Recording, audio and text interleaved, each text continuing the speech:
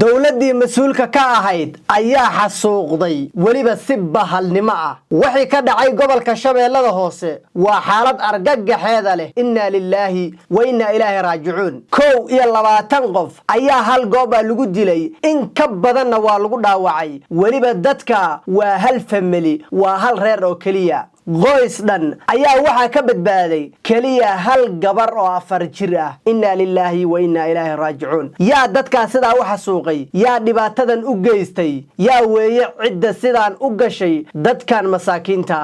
yaa iskale mas'uuliyadda dhibaatadane dadkan shacabka ee masaakiinta ee beeralayda ku nool gobolka Shabeellada Hoose yaa dhibaatadan u geystay waxa dhibaatadan u geystay dawladii ay hoos joogeen ee amniga ka sugayeen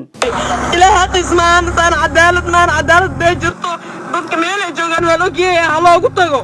shacabka yaa la laayni maanta yaa la laayni ayaa bari lagu duqeeyay oo hal family oo hal reer ah oo gaara dhimashada waxay gaaraysaa ilaa 20 iyo koor waxa dhimatay oo hal family oo hal reer ka soo jeeda waxa dhaawacantay 9 ruux dhaawacantay oo hal reer ah waxa dhintay oo dhan isku dar dhaawac iyo dhimashada waxa waa 40 qofood hal reer ka soo jeedaan caruur iyo haweenan u badan waxa dhintay family badan yihiin nin inaagtiisa caruurtiisa gabadhi hooyada caruurteeda taas u badan yahay caruur iyo haweenan u badan wax raga hadda waxa ku jiro oo dhaawacan waxa ku jiro laba rag dhimashadana waxa ku jirto laba rag inta kale haween iyo caruur wax dhintay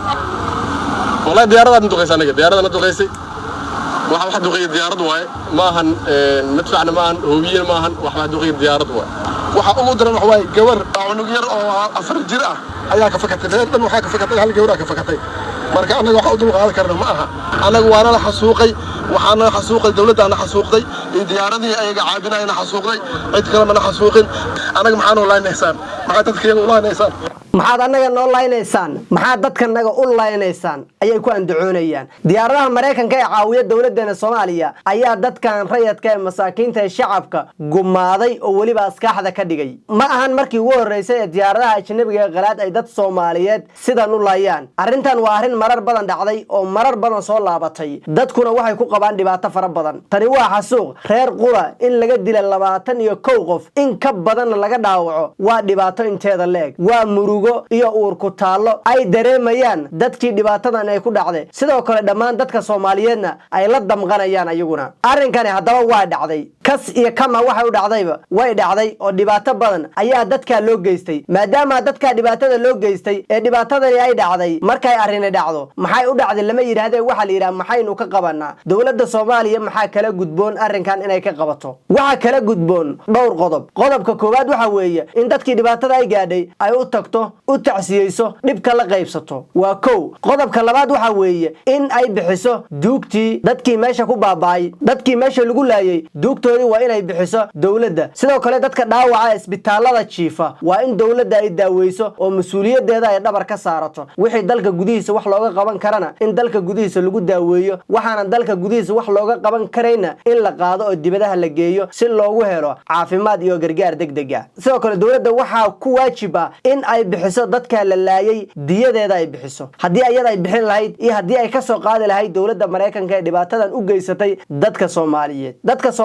rayadka ah waxay qabaan dhibaato aad u weyn cid u roon male cid waliba way dilaysaa cid waliba way dhibaataynaysaa mana jira cid kala soocayso shacabka masaakiinta ee ay dhibaatada haysato waxa weeye dawladdu arrinkani waajib ayaa ka saaran ee ka tacsiyeyso ka gurmato inta dhibanna daaweyso inta dhimatayna diyadooda inay bixiso dawladda waajib baa ka saaran oo arrinka ma garanaysa ay dabagal ku sameeyso sidoo kale diyaaradaha qalaad ee dadka shacabka ee masaakiinta ee reer guuraaga ah ama beeralayda laynaya maalin waliba ee duqeynayo diyaaraduhu ma ahan qof walba oo Soomaali oo meel maraya inay dilaan ma ahan macnaheedu qofkii dab shitaba habeen in ay duqeeyaan ma ahan sida diyaaradahu macnaheedu diyaaraduhu hadii ay nacaawinayaan oo Soomaaliya ee dalkeena ay wax u qabanayaan ma ahan shacabka iyo rayadka in ay naga laayaan dawladuna waxa waajib ku ah in ay la xisaabtanto diyaaradihii dadka duqeeyay ee dhibaatada u geystay dadkii hagayay dadkii waday iyo dadkii hormuudka u ahaa in ay la xisaabtanto hadii ay ahaan lahayd lahayd dowladda Mareykanka dowladaha shisheeye haddii ay ahaan lahayd iyo haddii ay ahaan lahaayeen dadka Soomaaliyeed ee diyaaradaha la socday ee la howlgalayay haddii ay ahaan lahaydba in ma garanaysaa lala xisaabtamo falalka noocan ee guracan dadka ku sameynaya shacabka Soomaaliyeed ugu dambeyntii waxaan tacsi tiiraanyada halkan kaga dirayaa dhammaan qoysaskii ay dhibaatada soo gaadhay waxaan leeyahay inta dhimatay naxariis iyo janno Allah ka waraabiyo kitaabkooda gacanta midigta Allah ka siiyo gacan ka xaq daran ayaa gumaaday inta dhaawaca waxaan rabbi ugu baryayaa oo Allah u weydiinayna subhanahu wa ta'ala waa bil ramadaan in uu caafimaad khayr qaba siiyo oo caafimaadkooda Ilaahay uu dib ugu soo celiyo